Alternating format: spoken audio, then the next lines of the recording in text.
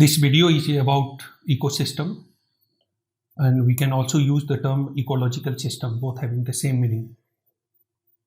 Before describing the ecosystem in details, मैं सबसे पहले इकोलॉजी को डिफाइन कर रहा हूँ, और मोस्ट कॉमनली हम लोग इकोलॉजी को डिफाइन करते हैं the study of interactions between organisms and their environment, कि कोई ऑर्गेनिज्म इन्वायरमेंट के साथ किस पर्टिकुलर मैनर में इंटरेक्शंस शो कर रहा है, इसकी साइंटिफिक स्टडी को हम लोग डिस्क्राइब करते हैं एज एन इकोलॉजी.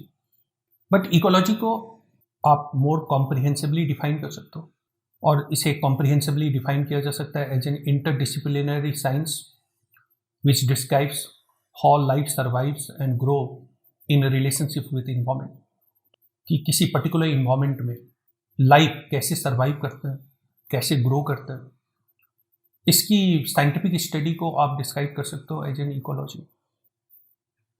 तो आप एक जनरल डेफिनेशंस भी आप यूज कर सकते हो, और मोर कॉम्प्रिहेंसिव डेफिनेशंस भी आप अप्लाई कर सकते हो. तो ecology is basically the study of interactions between organism and their environment. ये मोस्ट कॉमन डेफिनेशन है. देखो, जब भी आप इकोलॉजिकल स्टडी को परफॉर्म करते हो तो वहाँ एक टर्म मोस्ट कॉमनली यूज में आता है, that is the environment. Now question arise, what is environment? हम इन्वायरमेंट को डिफाइन कैसे करें? आपके सराउंडिंग में जो कुछ प्रेजेंट है, that is going to comprise the environment. अब इस इन्वायरमेंट में लिविंग कंपोनेंट और non living component, it means biotic component and abiotic component, दोनों इंक्लूडेड है. तो it includes everything that surrounds an organism. तो this is the common understanding about the environment. एक और टर्म है जिसको कॉमनली हम लोग यूज करते हैं, environmental factor, that is also termed as the ecological factor, और we can use the term like the eco factor. Any factor, चाहे उसका नेचर बायोटिक हो, एबायोटिक हो, अगर वो लिविंग ऑर्गेनिज्म को इन्फ्लुएंस कर रहा है तो आप उसे कैटेगराइज करते हो एज एन इन्वायरमेंटल फैक्टर के तौर पर. तो environmental factors is any factor of biotic or abiotic nature that influences the living organism are considered the environmental factor. Now we will understand about the level of biological organization. देखो, जब भी आप ecological study perform करते हो तो ecological study को perform करने के लिए ये इंपॉर्टेंट है कि हमें लेवल ऑफ बायोलॉजिकल ऑर्गेनाइजेशन मालूम है कि what are the different levels of biological organization. There are the three levels of biological organization. One is individual organism, second is population, third is community. तो जब आप biological organisation को describe करते हो तो three levels of biological organisation को आप describe करते हो. Either you consider individual organism और पॉपुलेशन. पॉपुलेशन को आप डिफाइन करते हो group of individual of same species at a particular place. Similarly जब आप कम्युनिटी को डिस्क्राइब करते हो तो it is a group of individual of different species at a particular place. तो जब आप group of individual of same species को किसी पर्टिकुलर प्लेस पर कंसिडर करते हो तो that is a population. But group of individual of different species at a particular place, that is going to form the community. तो level of biological organization आप three show करते हो, individual organism, population और community. और जब आप biological organization के three level show करते हो तो फिर इकोलॉजिकल स्टडी या तो आप इंडिविजुअल ऑर्गेनिज्म के रिस्पेक्ट में परफॉर्म करते हो, या आप पॉपुलेशन के लेवल पे परफॉर्म करते हो, या आप फिर कम्युनिटी के लेवल पे परफॉर्म करते हो. क्योंकि These are the three levels of organization जिसके आधार पर आप इकोलॉजिकल स्टडी परफॉर्म कर सकते हो. देखो, मैं यहाँ टर्म अप्लाई किया हूँ पॉपुलेशन, बट इस टर्म का मीनिंग इकोलॉजी में और जेनेटिक्स में डिफर करता है. In case of the ecology, जब आप पॉपुलेशन को डिस्क्राइब करते हो तो population is basically A group of individual of same species inhabiting the same area. Group of individual of same species जो किसी पर्टिकुलर प्लेस पर प्रेजेंट है, तो that is the population. But in case of the genetics, जब आप population को define करते हो तो it is a group of interbreeding individual of same species which is reproductively isolated from the other groups. तो interbreeding individual of same species which is reproductively isolated from the others. तो जब आप ecology में population को define करते हो तो यहाँ इंटरब्रीडिंग टर्म आप अप्लाई नहीं करते हो, रिप्रोडक्टिव आइसोलेशन के बारे में आप बात नहीं करते हो। बट जब आप जेनेटिक्स में पॉपुलेशन को डिफाइन करते हो तो आपको इस बात को मेंशन करना है या आप ये मान करके चलते हो कि population is a group of interbreeding individual of same species which is reproductively isolated from the member of other species. तो that is the difference between the meaning of population in ecology and genetics. देखो, आपने बहुत सारे literature में देखा होगा जब levels of biological organisation को डिस्क्राइब किया जाता है तो वहाँ एक लेवल ऑर्गेनिज के तौर पर मेंशन होता है, एक लेवल पॉपुलेशन के तौर पर मेंशन होता है, एक लेवल कम्युनिटी के तौर पर मेंशन होता है, एक लेवल बायोम्स के तौर पर मेंशन होता है। तो but biome is not a level of biological organization. Biological organization के तो सिर्फ 3 ही लेवल है, organism, population and community. Biome जिसको एक लेवल ऑफ बायोलॉजिकल ऑर्गेनाइजेशन के तौर पर मेंशन किया जाता है, that is not directly a level of biological organisation. देखो, biome is basically the large community. जब आप किसी कम्युनिटी को लार्ज स्केल में डिस्क्राइब करते हो तो that is going to form the biome. It means biome कोई एक separate level of biological organisation को रिप्रेजेंट नहीं करता, ये कम्युनिटी को ही रिप्रेजेंट कर रहा है। बट एक लार्ज कम्युनिटी को आप डिस्क्राइब करते हो as a bio. For example, अगर मैं यहाँ इन 2 फिगर में एक ट्रॉपिकल रेन फॉरेस्ट को शो किया और एक ट्रॉपिकल ग्रासलैंड को शो किया, तो ट्रॉपिकल रेन फॉरेस्ट एक पर्टिकुलर क्लाइमेटिक कंडीशंस में प्रेजेंट होता है और उस पर्टिकुलर क्लाइमेटिक कंडीशन में जितने भी प्लांट्स एंड एनिमल्स उस रीजन में प्रेजेंट है उसे आप ट्रॉपिकल रेन फॉरेस्ट के तौर पर डिस्क्राइब करते हो। तो tropical rain forest is basically a community जो एक पर्टिकुलर क्लाइमेटिक कंडीशन में प्रेजेंट है। Similarly, tropical grassland is a community जो एक पर्टिकुलर क्लाइमेटिक कंडीशन में प्रेजेंट है। तो biome is basically representing the community. ऐसा नहीं है कि ये एक separate level of biological organisation को रिप्रेजेंट कर रहा है। तो अब आप बायोम को डिफाइन कर सकते हो, ए डिस्टिंक्ट इकोलॉजिकल कम्युनिटी, जैसा कि मैं यहाँ ट्रॉपिकल रेन फॉरेस्ट के केस में या ट्रॉपिकल ग्रासलैंड के केस में शो कर रहा हूँ। एक डिस्टिंक्ट इकोलॉजिकल कम्युनिटी को रिप्रेजेंट करता है that includes both plants as well as the animal of different species जो एक पर्टिकुलर क्लाइमेटिक कंडीशन में प्रेजेंट है। तो this is the meaning of the biome. देखो, जब आप इकोलॉजिकल स्टडी परफॉर्म करते हो तो इकोलॉजिकल स्टडी को परफॉर्म करने के लिए सबसे पहले हमें लेवल को डिफाइन करना होगा कि हम किस लेवल पर इकोलॉजिकल स्टडी को परफॉर्म करना चाहते हैं। देखो, आप इकोलॉजिकल स्टडी परफॉर्म कर सकते हो विद रिस्पेक्ट टू इंडिविजुअल। कोई एक सिंगल इंडिविजुअल को आपने कंसिडर किया, ये इन्वायरमेंट के साथ कैसे इंटरेक्शन शो कर रहा है और उस इंटरेक्शन से इस इंडिविजुअल का ग्रोथ, बिहेवियर कैसे चेंज हो रहा है। द सेकेंड, आप इकोलॉजिकल स्टडी परफॉर्म कर सकते हो विथ रिस्पेक्ट टू पॉपुलेशन। जैसे मैं एक पर्टिकुलर स्पीसीज के बहुत सारे मेंबर को कंसिडर किया जो एक पर्टिकुलर प्लेस पे प्रेजेंट है और ये पॉपुलेशन इन्वायरमेंट के साथ कैसे इंटरेक्शन परफॉर्म कर रहा है, उस इंटरेक्शन के कारण ये पॉपुलेशन का ग्रोथ कैसे अफेक्टेड हो रहा है, पॉपुलेशन किस पर्टिकुलर मैनर में चेंज हो रहा है।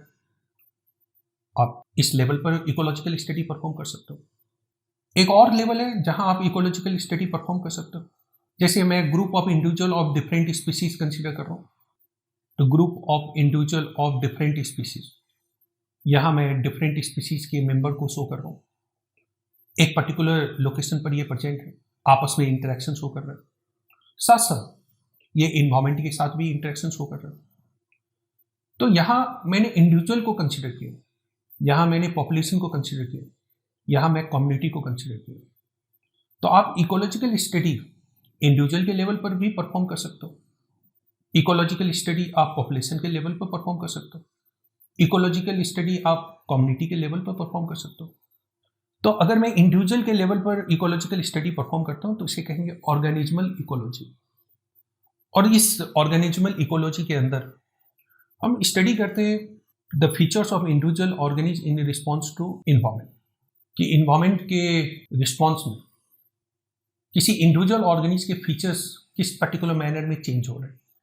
आप ऑर्गेनिज्मल इकोलॉजी के अंदर इस पैरामीटर को स्टडी करते हैं। सेकेंड है द पॉपुलेशन इकोलॉजी।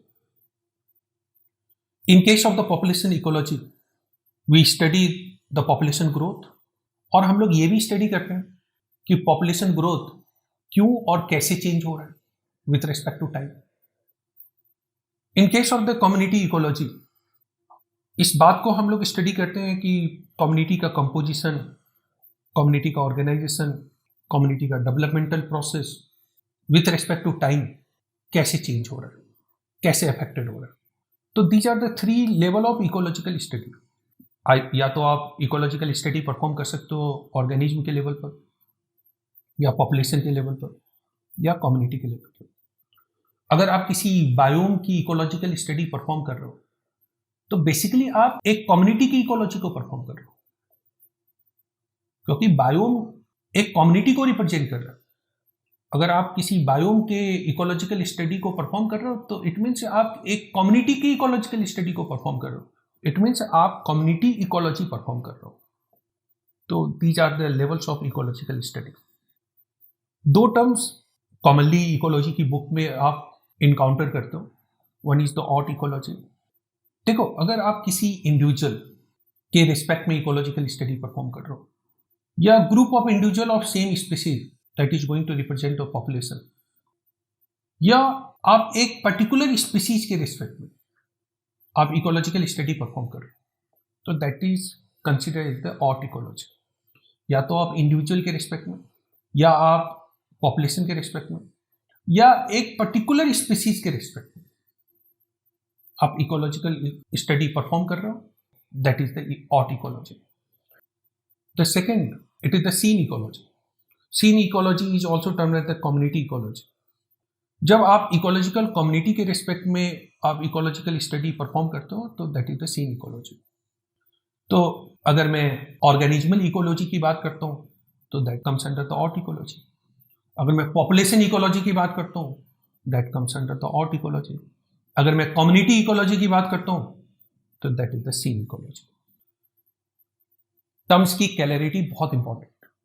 आपको ये मालूम होना चाहिए कि ऑट इकोलॉजी के अंदर आप क्या स्टडी कर रहे हो, सीन इकोलॉजी के अंदर आप क्या स्टडी कर रहे हो, how the biome is different from population, how population is different from the community. ये टर्म्स की अंडरस्टैंडिंग काफ़ी इंपॉर्टेंट है जब आप इकोलॉजी या इकोलॉजिकल स्टडी को परफॉर्म करते हो। Now I am going to describe you about ecological system और इकोसिस्टम। देखो, इस फिगर में मैं एक पॉन्ड इकोसिस्टम को शो किया हूँ। You can consider it as a pond ecosystem और lake ecosystem, there is no difference.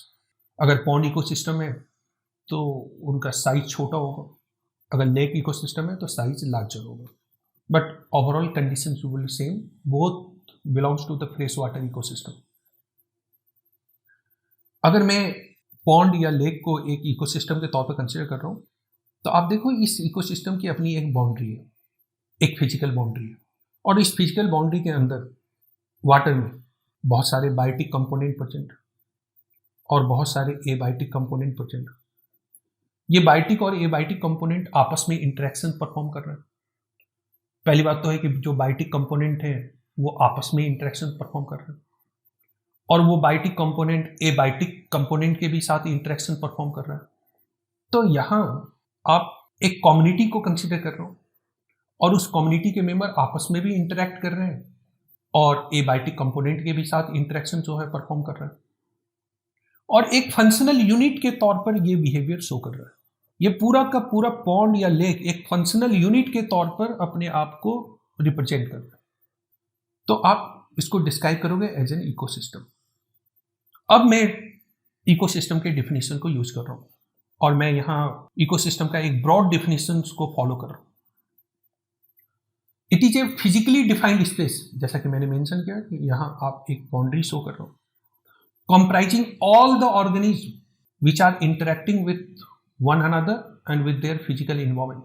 Obviously इस particular lake या pond में different individuals के आप population को consider करोगे, it means that is going to represent the community, और ये पूरा का पूरा जो pond है या lake है एक functional unit के तौर पर behavior show कर रहा है, तो you will describe the pond or lake as an ecosystem.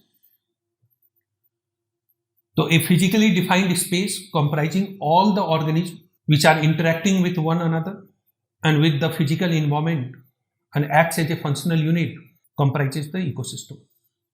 So this is the broad definition of the ecosystem. आप इसी particular definition को आप follow करना. देखो जब आप बायोस्फीयर को डिस्क्राइब करते हो तो biosphere is also an ecosystem, क्योंकि अगर मैं यहाँ अर्थ एज ए प्लैनेट के तौर पर शो कर रहा हूँ, इस अर्थ के सरफेस पर लिविंग ऑर्गेनिज्म प्रेजेंट है और सरफेस से कुछ मीटर नीचे भी लिविंग ऑर्गेनिज्म प्रेजेंट होता है, और सरफेस के ऊपर एटमॉस्फेयर में up to a particular height यहाँ भी सर्टेन ऑर्गेनिज्म प्रेजेंट होते हैं. तो बायोटिक कंपोनेंट सरफेस पर भी प्रेजेंट है, बायोटिक कंपोनेंट सरफेस से कुछ मीटर नीचे भी प्रेजेंट है, और बायोटिक कंपोनेंट सरफेस के ऊपर जो एटमॉस्फेयर प्रेजेंट है उस एटमॉस्फेयर में भी सर्टेन किलोमीटर तक प्रेजेंट है. जब आप इस अर्थ और इस अर्थ को सराउंड करने वाले इन एटमॉस्फेयर में उस पर्टिकुलर हाइट तक जहां तक लिविंग ऑर्गेनिज्म प्रेजेंट है, अगर आप उससे कंसीडर करते हो तो उसको आप डिस्क्राइब करते हो बायोस्फीयर के तौर पर. इट मीन्स कि आप जब किसी इकोसिस्टम को प्लैनेटरी लेवल पर डिस्क्राइब करते हो तो दैट इज द बायोस्फीयर. अब जैसे यहाँ मैं अर्थ एज ए प्लैनेट के तौर पर कंसीडर किया हूँ, और इस प्लैनेटरी लेवल पर जब मैं इकोसिस्टम को कंसीडर कर रहा हूँ तो मैं इसको डिस्क्राइब करूंगा बायोस्फीयर. तो ecosystem on a planetary scale is consider as a biosphere और इकोस्फीयर. तो मैं बायोस्फीयर को एक सेपरेट एंटिटी के तौर पर डिस्क्राइब नहीं करूंगा, मैं बायोस्फीयर को एक इकोसिस्टम के तौर पर कंसीडर करूंगा और इसे मैं प्लैनेटरी लेवल पर कंसीडर करूंगा. Now we will understand about the features of ecosystem, क्योंकि जब भी आप किसी इकोसिस्टम को डिस्क्राइब करते हो तो इकोसिस्टम के केस में कुछ कॉमन फीचर्स होते हैं. All ecosystems are open systems. कोई भी इकोसिस्टम आप कंसीडर करो, चाहे वो इकोसिस्टम काफी छोटा हो, बड़ा हो, मैन मेड हो, नेचुरल हो, all ecosystems are example of the open system. अब जब आप किसी थर्मोडायनेमिक सिस्टम को कंसीडर करते हो तो थर्मोडायनेमिक सिस्टम के लिए आप बाउंड्री को मेंशन करते हो. ये बाउंड्री रियल भी हो सकता है और इमेजिनरी भी हो सकता है. उसी तरह से इकोसिस्टम को अगर आप एक सिस्टम के तौर पर कंसीडर कर रहे हो तो इसकी भी अपनी बाउंड्री होगी, और ये बाउंड्री रियल भी हो सकता है, और इस बाउंड्री को आप एक इमेजिनरी बाउंड्री के तौर पे भी कंसीडर कर सकते हो. अब इस बाउंड्री के अक्रॉस अगर एनर्जी का एक्सचेंज हो रहा है, मटेरियल का एक्सचेंज हो रहा है, तो आप इस सिस्टम को एज ए ओपन सिस्टम के तौर पर कंसीडर करोगे. और अर्थ पर जितने भी डिफरेंट इकोसिस्टम्स प्रेजेंट हैं, all ecosystems are examples of open system. सारे इकोसिस्टम ओपन सिस्टम का एग्जांपल है. मैं किसी स्पेसिफिक इकोसिस्टम की बात नहीं कर रहा हूं. जितने भी इकोसिस्टम्स इस अर्थ पर प्रेजेंट हैं, आप उन्हें ओपन सिस्टम के तौर पर कंसीडर करते हो, क्योंकि जो इकोसिस्टम की बाउंड्री है वो बाउंड्री एनर्जी के भी एक्सचेंज को अलाउ कर रहा है और मटेरियल के एक्सचेंज को भी अलाउ कर रहा है, दोनों के एक्सचेंज को अलाउ कर रहा है.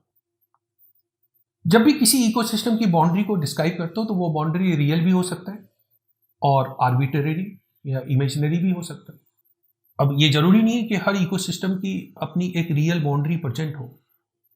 आप डिफाइन कर सकते हो, एक इमेजिनरी बाउंड्री भी आप किसी इकोसिस्टम के केस में डिफाइन कर सकते हो. जब आप किसी इकोसिस्टम को कंसीडर करते हो तो इस इकोसिस्टम का अपना एक टेम्पोरल डायमेंशन होता है, क्योंकि इकोसिस्टम एक डायनामिक एंटिटी है. आप इकोसिस्टम में बायोटिक कंपोनेंट शो करते हो, और बायोटिक कंपोनेंट के प्रेजेंट होने के कारण इकोसिस्टम एक डायनामिक एंटिटी के तौर पर बिहेवियर शो करता है. और अगर बायोटिक कंपोनेंट प्रेजेंट होने के कारण डायनामिक एंटिटी शो करता है, तो टाइम के साथ इस पर्टिकुलर सिस्टम में वेरिएशन भी डेवलप होगा। तो उसी कंडीशंस को मैं यहाँ मेंशन किया हूँ कि किसी भी इकोसिस्टम का आप एक टेम्पोरल डायमेंशन को शो करते हो। और टेम्पोरल डायमेंशन क्यों शो करते हो? क्योंकि इकोसिस्टम टाइम के साथ चेंज होता है। आपने इस बात को नोटिस किया होगा कि किसी पर्टिकुलर एरिया में, सपोज आज से 50 ईयर्स बैक एक पॉन्ड इकोसिस्टम प्रेजेंट था, और आफ्टर 50 ईयर्स के बाद यहाँ एक ग्रासलैंड इकोसिस्टम डेवलप हो गया। हो सकता है आफ्टर 200 ईयर्स के बाद यहाँ एक फॉरेस्ट इकोसिस्टम डेवलप हो जाए। तो इकोसिस्टम का टेम्पोरल डायमेंशन होता है, टाइम के साथ ये चेंज होता है। इकोसिस्टम का स्पेशियल डायमेंशन भी होता है, क्योंकि आप जब इकोसिस्टम के साइज को डिफाइन करते हो तो इकोसिस्टम का कुछ भी साइज हो सकता है। अगर मैं एक टेस्ट ट्यूब में बैक्टीरिया को कल्चर कर रहा हूं, तो this test tube can be consider as an ecosystem, क्योंकि इस टेस्ट ट्यूब में अगर मैं बैक्टीरिया को कल्चर कर रहा हूं तो बैक्टीरिया बायोटिक कंपोनेंट को रिप्रेजेंट कर रहा है, और ऑब्वियसली ए बायोटिक कंपोनेंट के साथ ए इंटरेक्शन शो कर रहा है, अपनी ग्रोथ को परफॉर्म कर रहा है। तो this is going to represent a ecosystem. अगर मैं किसी पॉन्ड को कंसिडर कर रहा हूं तो pond also going to represent an ecosystem. अगर मैं ट्रॉपिकल रेन फॉरेस्ट को कंसिडर करता हूं तो tropical rain forest is also going to represent the ecosystem. या अगर मैं पूरे अर्थ को एक इकोसिस्टम के तौर पर कंसिडर करता हूं तो उस कंडीशन में आप उसको डिस्क्राइब करते हो एज ए बायोस्फीयर। तो इकोसिस्टम का कुछ भी साइज हो सकता है। ये डिपेंड करता है कि हम इकोलॉजिकल स्टडी को परफॉर्म करते समय क्या साइज कंसिडर कर रहे हैं, किस पर्टिकुलर आप इकोसिस्टम के रिस्पेक्ट में आप इकोलॉजिकल स्टडी परफॉर्म कर रहे हो, उसके आधार पर डिसाइड होता है कि इकोसिस्टम का साइज क्या होगा। जैसा कि मैंने मेंशन किया कि इकोसिस्टम एक डायनामिक सिस्टम होता है। ऑब्वियसली ये एक हाईली कॉम्प्लेक्स सिस्टम को रिप्रेजेंट करता है, सेल्फ ऑर्गेनाइज होता है, क्योंकि किसी पर्टिकुलर इकोसिस्टम के अंदर आप सेल्फ ऑर्गेनाइजिंग कैपेसिटी शो करते हो। जैसे अगर एक ट्रॉपिकल रेन फॉरेस्ट है तो डिफरेंट इन्वायरमेंटल कंडीशन के अनुसार वहाँ सेल्फ ऑर्गेनाइजेशन होता है, वो सेल्फ रेगुलेशन वाले प्रोसेस को शो करता है। तो इकोसिस्टम एक complex, self organizing, self regulated dynamic system को रिप्रेजेंट करता है। किसी भी इकोसिस्टम में दो इंपॉर्टेंट फीचर्स को आप मेंशन करते हो, जिसको आप इकोसिस्टम के फंक्शंस के तौर पे भी डिस्क्राइब करते हो। उनमें से एक है एनर्जी फ्लो और दूसरा है nutrient cycling. These two are the important functions of the ecosystem. आप चाहे वो कोई भी इकोसिस्टम कंसिडर करो, चाहे स्मॉल, चाहे लार्ज, चाहे नेचुरल, चाहे मैन मेड, एवरी इकोसिस्टम के केस में आप फ्लो ऑफ एनर्जी और साइक्लिंग ऑफ मटेरियल्स या न्यूट्रिएंट्स को आप मेंशन करते हो, जिनके कारण उस इकोसिस्टम में प्रेजेंट डिफरेंट ऑर्गेनिज आपस में कनेक्टेड होता है। वो आपस में एक दूसरे से अगर इंटरकनेक्टेड है तो इन्हीं दो फंक्शंस के कारण इंटरकनेक्टेड है, flow of energy and cycling of material. और इस बात को आप थर्मोडायनेमिक्स में आपने स्टडी भी किया है कि किसी भी सिस्टम को सस्टेन करने के लिए, मेंटेन करने के लिए एनर्जी की रिक्वायरमेंट होती है। अगर आप किसी इकोसिस्टम को कंसिडर करते हो तो इकोसिस्टम भी एक थर्मोडायनेमिक सिस्टम को रिप्रेजेंट कर रहा है। अगर इकोसिस्टम एक थर्मोडायनेमिक सिस्टम को रिप्रेजेंट कर रहा है तो इस कंडीशन में इकोसिस्टम के सस्टेनेंस और मेंटेनेंस के लिए एनर्जी की रिक्वायरमेंट होगी। Who will provide the energy?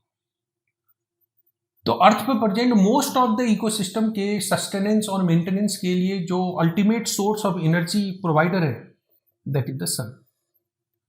Sun ultimate source of energy के तौर पे काम कर रहा है। इट मीन्स कि अगर सनलाइट अगर अर्थ पर आना बंद हो जाए तो अर्थ पर कोई भी इकोसिस्टम सर्वाइव नहीं करेगा। कुछ इकोसिस्टम के सस्टेनेंस के लिए other source of energy required है।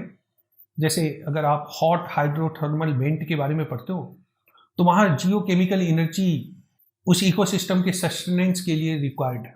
बट मैं मोस्ट ऑफ द इकोसिस्टम की बात कर रहा हूँ जो अर्थ पर प्रेजेंट है और उनके सर्वाइवल के लिए एनर्जी सन से प्रोवाइड होती है।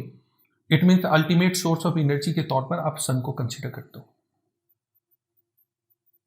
Now I am going to classify the different types of the ecosystems. हालांकि इकोसिस्टम्स जो अर्थ पर प्रेजेंट है उन्हें क्लासीफाई करना डिफिकल्ट है, तो इसलिए मैं ब्रॉड पैरामीटर के आधार पर इकोसिस्टम्स को क्लासीफाई कर रहा हूँ। अगर आप इकोसिस्टम को क्लासीफाई करते हो तो आप दो ब्रॉड कैटेगरीज में क्लासीफाई कर सकते हो, natural ecosystem and man made, जिसको आर्टिफिशियल इकोसिस्टम के तौर पे भी डिस्क्राइब करते हैं। मैं आर्टिफिशियल इकोसिस्टम को बाद में डिस्क्राइब करूंगा, पहले मैं नेचुरल इकोसिस्टम को डिस्क्राइब करता हूँ। और आर्टिफिशियल इकोसिस्टम के तौर पर आप एक्वेरियम को कंसिडर कर सकते हो। जितने भी कल्टिवेटेड लैंड्स हैं उन कल्टिवेटेड लैंड्स को आप आर्टिफिशियल इकोसिस्टम की कैटेगरीज में रखते हो, क्योंकि वो मैन मेड इकोसिस्टम को रिप्रेजेंट करता है, मैन के द्वारा ही मैनेज्ड सिस्टम को रिप्रेजेंट करता है। तो that comes under the artificial ecosystem. Even the space craft that is also an example of artificial ecosystem. But जब आप नेचुरल इकोसिस्टम कंसिडर करते हो तो नेचुरल इकोसिस्टम को आप ब्रॉडली टू कैटेगरीज में डिवाइड करते हो, टेरेस्ट्रियल एंड एक्वाटिक। अर्थ का 70% एरिया वाटर से occupied. It means aquatic ecosystem का साइज काफी लार्ज, टेरेस्ट्रियल इकोसिस्टम का size as compare to the aquatic ecosystem काफी छोटा है। In case of the terrestrial ecosystem आप broadly 3 different types of the ecosystem को आप स्टडी करते हो, या तो फॉरेस्ट इकोसिस्टम, या ग्रासलैंड इकोसिस्टम, या डेजर्ट इकोसिस्टम। और ये मैं ब्रॉड क्लासिफिकेशन मेंशन कर रहा हूं, क्योंकि जब आप फॉरेस्ट इकोसिस्टम कंसिडर करते हो तो वहां हाई डेंसिटीज ऑफ ट्री आप शो करते हो। और फॉरेस्ट इकोसिस्टम के भी डिफरेंट सब टाइप्स हैं, tropical rain forest, temperate forest, coniferous forest. आप डिफरेंट टाइप के फॉरेस्ट को शो करते हो। बट अगर आप किसी फॉरेस्ट इकोसिस्टम को कंसिडर करते हो तो वहां हाई डेंसिटी ऑफ ट्रीज आप शो करते हो। सिमिलरली अगर मैं ग्रासलैंड इकोसिस्टम को कंसिडर करता हूं तो that is dominated by grasses. अब यहां भी आपको सेवरल डिफरेंट टाइप्स मिल सकता है, ट्रॉपिकल ग्रासलैंड हो सकता है, टेम्परेट ग्रासलैंड हो सकता है, and third category is desert. तो टेरेस्ट्रियल इकोसिस्टम को आप ब्रॉडली 3 कैटेगरीज में डिवाइड करते हो, forest, grassland and desert. Aquatic ecosystem को ब्रॉडली आप 2 कैटेगरीज में डिवाइड करते हो, either the fresh water ecosystem या marine ecosystem. Fresh water ecosystem के केस में सॉल्ट का कंसंट्रेशन काफ़ी कम होता है, 0.5 पीपीटी और उनसे भी कम। और मेरीन इकोसिस्टम के केस में सॉल्ट का कंसंट्रेशन काफ़ी हाई होता है। और मेरीन इकोसिस्टम के केस में आप एग्जाम्पल के तौर पर ओशन, एस्चुरीज को शो करते हो, सॉल्ट कंसंट्रेशन बहुत ज़्यादा है और एवरेज सॉल्ट कंसंट्रेशन आप 35 पीपीटी शो करते हो। तो based on the amount of salt आप एक्वाटिक इकोसिस्टम को fresh water ecosystem and marine ecosystem में डिवाइड करते हो। और फ्रेश वाटर इकोसिस्टम में भी फर्दर 2 कैटेगरीज आप शो करते हो, one is the lotic and second is the लेंटिक, depending on कि वाटर फ्लो कर रहा है या वाटर स्टैग्नेंट। अगर वाटर स्टैग्नेंट कंडीशन शो कर रहा है तो उसे डिस्क्राइब करते हैं लेंटिक, अगर वाटर फ्लो कर रहा है तो उसे डिस्क्राइब करते हैं लोटिक। तो this is the overall classification of ecosystem. आप क्लासीफाई करते हो नेचुरल एंड आर्टिफिशियल। नेचुरल के अंदर आप टेरेस्ट्रियल एंड एक्वाटिक, टेरेस्ट्रियल के अंदर आप फॉरेस्ट, ग्रासलैंड, डेजर्ट, और एक्वाटिक के अंदर आप fresh water and marine water. Fresh water के अंदर या तो लोटिक या लेंटिक इकोसिस्टम के तौर पर आप डिस्क्राइब करते हो।